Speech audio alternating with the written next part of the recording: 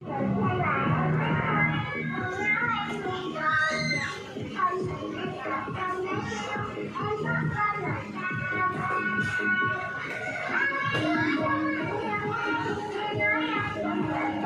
bye.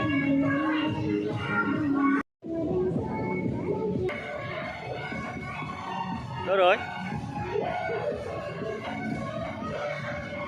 Bye bye.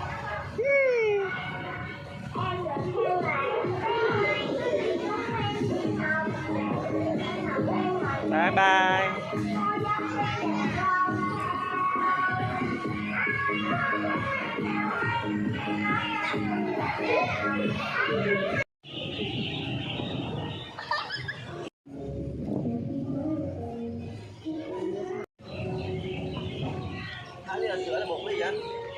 Một ly trà sữa, một 5 màu ăn,